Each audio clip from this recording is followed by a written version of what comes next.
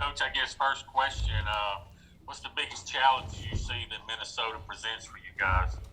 They have a very experienced team, Paul. I mean, their starting lineup uh, has five guys that are all in their fifth year. Excuse me, four guys all in their fifth year of college. So they really know how to play. They really understand um, tempo, and they're playing seven guys. So because of that, they're going to push it whenever it's there, but then they're going to be very patient in their half court offense.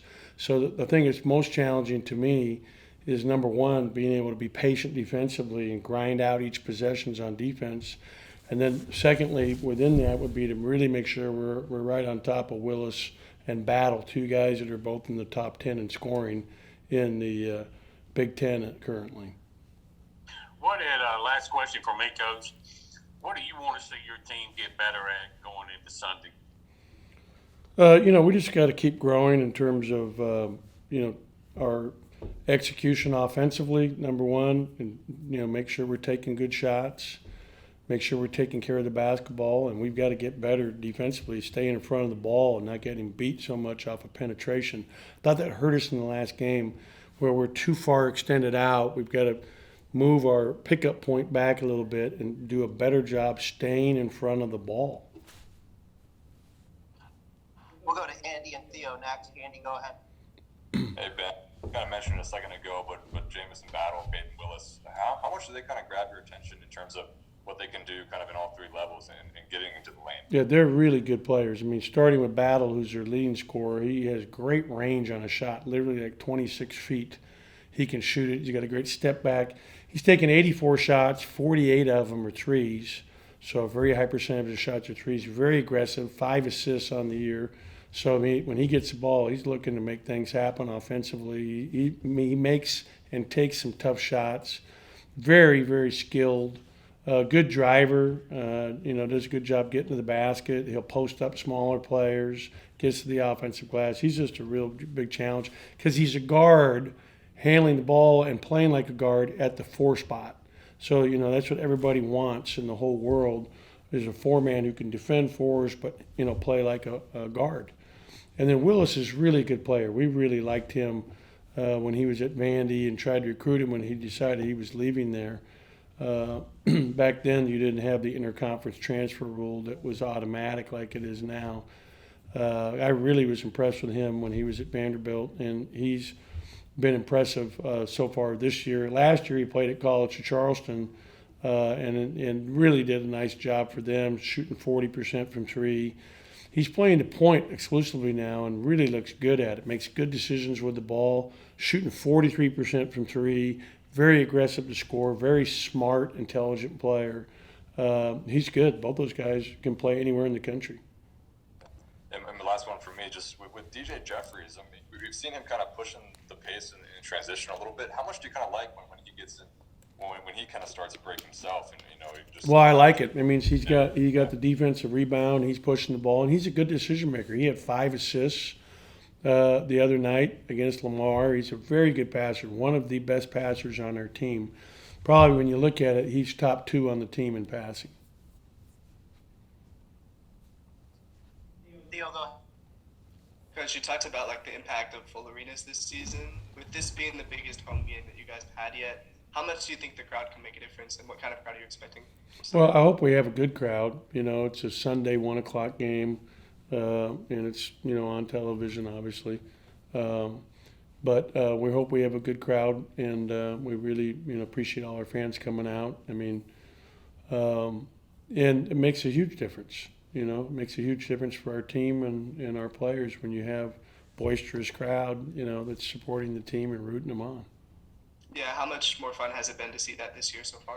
It's been fun, and I think the crowds want to get better as we get closer to, obviously conference games.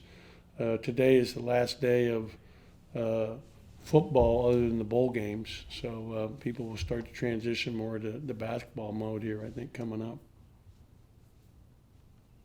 Speaking of someone always in basketball mode, we'll go up to Lexington and Jerry Tipton. Jerry, go ahead. That's 365 days a year in Kentucky. It's basketball mode. At least 365 days. Sometimes it seems more. I wanted to ask you just generically, in late game situations and executing in possession by possession games, how important do you think it is for any team to get the experience doing that in games, or how much can that be accomplished in practice situations? Well, you try to do it in both, but when you get it done in games, it obviously helps as the season progresses, and so it's very important. And the last 2 minutes of a game, and grinding out a game, a close game, and we've had a number of them. In fact, we did not do a great job of it against Richmond, and it went into overtime consequently, where we spaced the floor, and instead of driving, making the officials make a call, we pull up for a jump shot. And there's things that you're learning as you're moving forward. That's why these non-conference games are so important.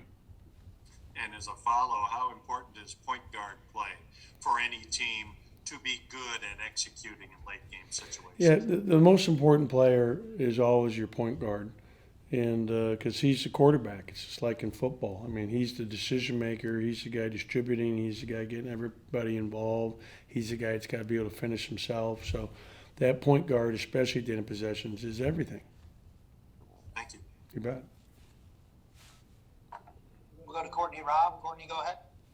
Hi, Coach. Hi. Just looking at that game against Pitt the other day for Minnesota, what was your biggest takeaway from watching that back?